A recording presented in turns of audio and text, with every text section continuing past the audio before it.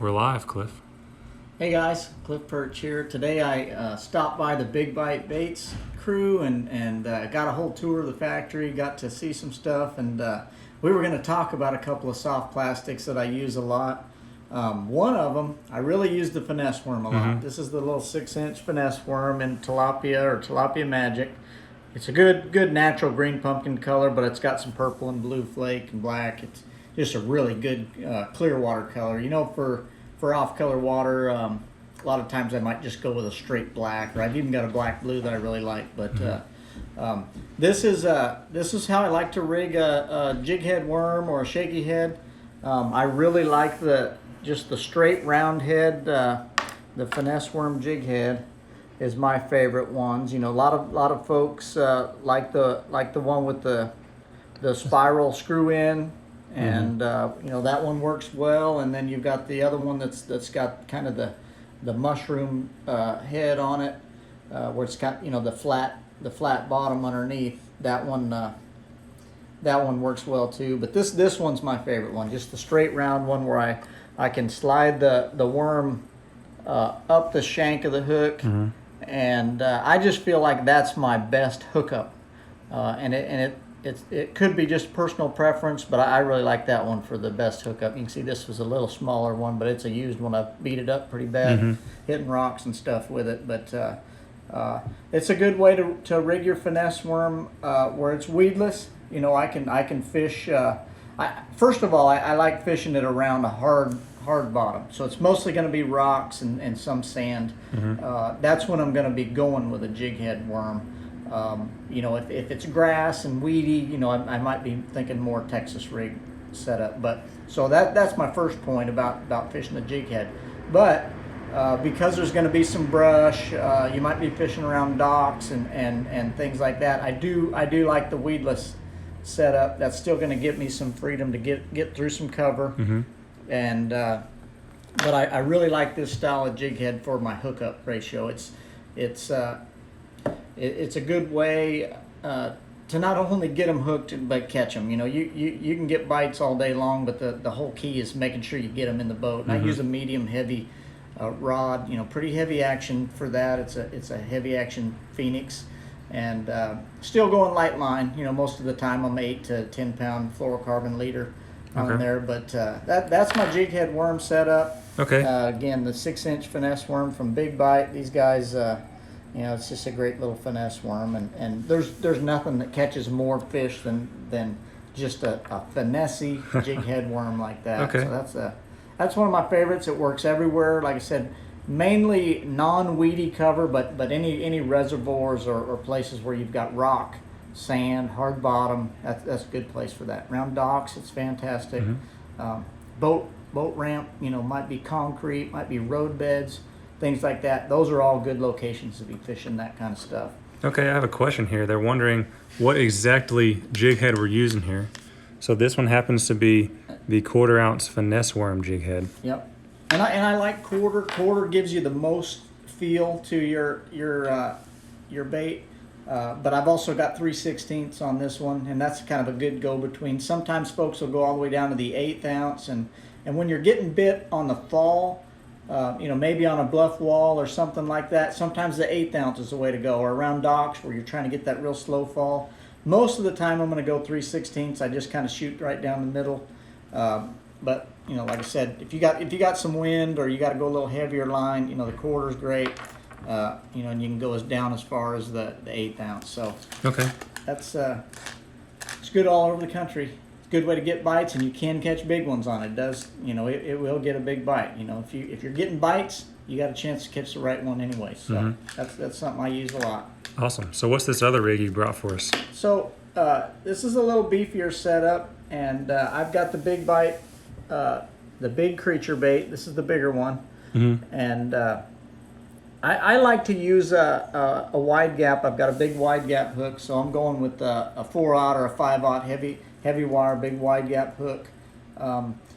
Pretty heavy weight on the head of this one. I've got 1/2 ounce here. You know, a lot of times I'm fishing around some cover where I want it to be able to fall, and sometimes fall fast because it gets that quick reactive bite, whether they think it's a bluegill or what, it's a real good big fish reactive flipping bait. And I do put a rattle in it a lot of times, and that's, when it hits the bottom, I might shake it. If they're not biting on the fall, if they're more stubborn, and you've got to kind of talk them into biting by shaking, sometimes that rattle, I feel like might draw them to it. Like a varmint call. It's something that's drawing them in.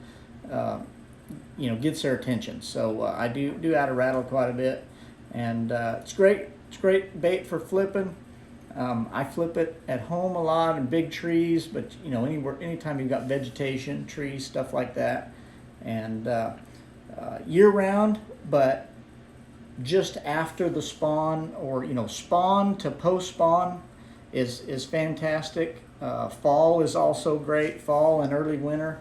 If I'm going ahead of that, sometimes I'm using a jig a little bit more often on the pre-spawn end of it. But it depends. If you're in a real weedy vegetation place, real heavy brush cover, this is a great type of setup year round. So okay, that's something I use quite a bit. Okay, a couple quick questions on that. We have Bill Basson wondering what size hook you're using on that. 4-aught and 5-aught. Just depends. I think this one's a 4-aught. Might be a 5-aught. Most of the time I'd go 5-aught. I want to get I've got heavy line, and I'm using a big bait, so I'm going to go 4-aught, 5-aught, and it's a heavy wire hook because I've got heavy line. This is probably 20-pound fluorocarbon. Usually I've got it on braid, to like a 4 or 5 foot fluorocarbon leader, depending on the clarity. If you're really dirty water, or if you're really dark water, you might go straight braid to that, and some folks like straight fluorocarbon too, but most of the time I'm using a 4-aught, 5-aught, right in that neighborhood, heavy wire hook with a 5-foot fluorocarbon leader on heavy braid. It's a flipping stick. If I was to use this bait, pull that off of there. If I was to use it on a Carolina rig, which it's also great for like a big Carolina rig, then I would go with the regular hook. I wouldn't go the heavy wire hook because you've got a whole different program. It's not quite the same hook set. Usually your rod's a little bit softer than your flipping stick, and you might even be down a little bit line size wise. You might be down into the 15, 17, 12, probably 15, 17, but I'm going to go with like a 5-aught regular wire hook on a Carolina rig if I was to do that. So okay. Most of the time I'm going to go with a pretty big hook in a big plastic like that. Okay, and is that lead or tungsten that you're using? This is a tungsten weight. It's going to give me a little bit smaller profile. Lead works too. It just depends. And on a Carolina rig, most of the time I'm going to use a lead weight because you don't want to lose a $7 weight every time you hang up in a rock. So flipping, I'm going with a little tungsten weight most of the time. Carolina rigging, probably lead. Okay, and the last question I have for you, we have several people asking for winter fishing tips. Winter fishing tips. Well, boy, where do you go? I know that's a big question. Yeah, I'll tell you what. There's a lot of things to be considering. And winter is different. Different parts of the country. Where I'm at, out west, a lot of times I'm starting to key on rock. Fish are going to be looking for crawdads quite a bit, and you're gonna catch a lot of bass keyed on rock. I'm on my way to Florida, so that's probably not what I'm going to be looking for down there. So wintertime in Florida, I'm going to be looking for cleaner water. I'm going to be looking for grass. You get a cold front, I'm going to be looking more matted, style stuff where they've got some protection. A lot of times Florida strain and shallow water where cold fronts have the biggest effect on them. My wintertime tip would be to get in the heavy cover. Fish slower, more methodical. You got to pick things apart. They're not going to be real aggressive and run way over here to grab a bait. So wintertime, you're going to have to be a little bit more exact on your presentation. That'd be another winter tip that I would have for you. What's another good winter tip?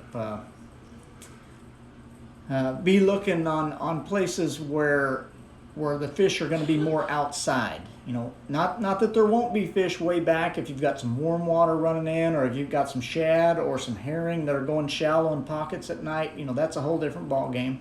But a lot of places I'm going to be looking more main lakey, just because, you know, they're out there on that main lake breaks. They're not quite getting in. You know, if you got a part of the country where it's starting to warm up a little bit, well, then they might be getting in that secondary stuff, or even back in some of that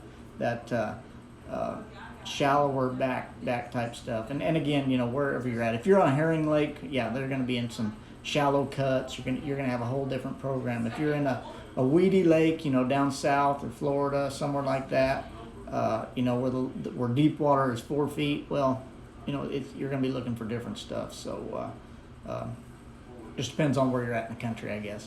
Okay, well, much appreciated. That's a lot of great tips and a couple good rigs here. Appreciate you pinch hitting for Coach this week.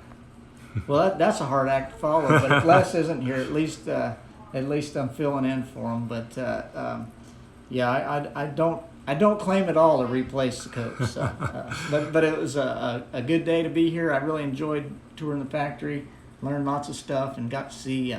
It's amazing how much you learn when you go through a place like this, and just how much stuff goes on and what goes into making these plastics, and how much different variety of everything you guys have is really cool. So, had a good time today, and we talked a couple little fishing tips to close it out. All right, thanks a lot, Cliff. You bet. Thank you guys.